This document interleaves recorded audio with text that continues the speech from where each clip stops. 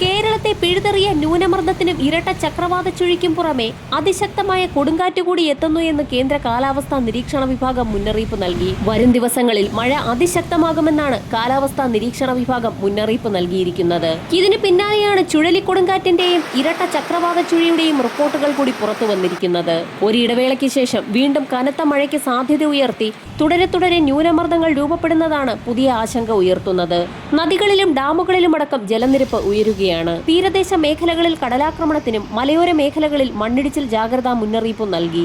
തുലാവർഷ പെയ്ത്തിൽ അടുത്ത 5 ദിവസം കനത്ത മഴയ്ക്കുള്ള സാധ്യതാ മുന്നറിയിപ്പാണ് നൽകിയിരിക്കുന്നത്.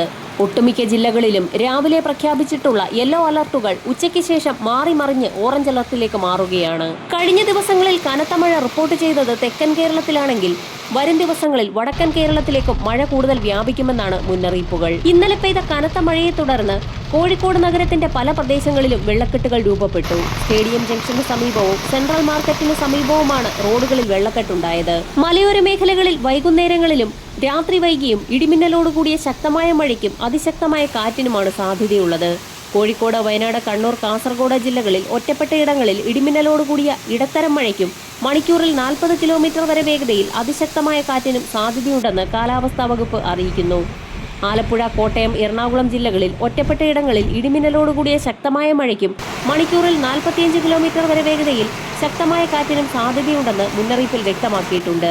തിരുവനന്തപുരം, കൊല്ലം, പത്തനംതിട്ട, ആലപ്പുഴ, കോട്ടയം, ഇടുക്കി, എറണാകുളം ജില്ലകളിൽ നാളെയും മറ്റന്നാളും കനത്ത മഴ കണക്കിലെടുത്ത് യെല്ലോ അലർട്ട് പ്രഖ്യാപിച്ചിട്ടുണ്ട്. ഈ ജില്ലകളിൽ അതീവ ജാഗ്രതാ നിർദ്ദേശമാണ് നൽകിയിരിക്കുന്നത്. സെന്യാർ ചുഴലിക്കൊടുങ്കാറ്റ് തീരദേശ മേഖലയിലേക്ക് എത്തുന്നതോടുകൂടി മഴ കൂടുതൽ സജീവമാകും. ഇന്ന് ആൻഡമാൻ കടൽ, തെക്ക് കിഴക്കൻ, മധ്യകിഴക്കൻ ബംഗാൾ ഉൾക്കടലിനോട് ചേർന്ന ഭാഗങ്ങൾ എന്നിവിടങ്ങളിൽ മണിക്കൂറിൽ 40 മുതൽ 50 കിലോമീറ്റർ വരെയും ചില അവസരങ്ങളിൽ 60 കിലോമീറ്റർ വരെയും വേഗതയിൽ ശക്തമായ കാറ്റിനും മോശം കാലാവസ്ഥയ്ക്കും സാധ്യതയുണ്ട്. കാലാവസ്ഥാ മുന്നറിയിപ്പുകൾ കൃത്യമായി ലഭിക്കുന്നതിനായി ചാനൽ സബ്സ്ക്രൈബ് ചെയ്യാൻ മറക്കാതിരിക്കുക.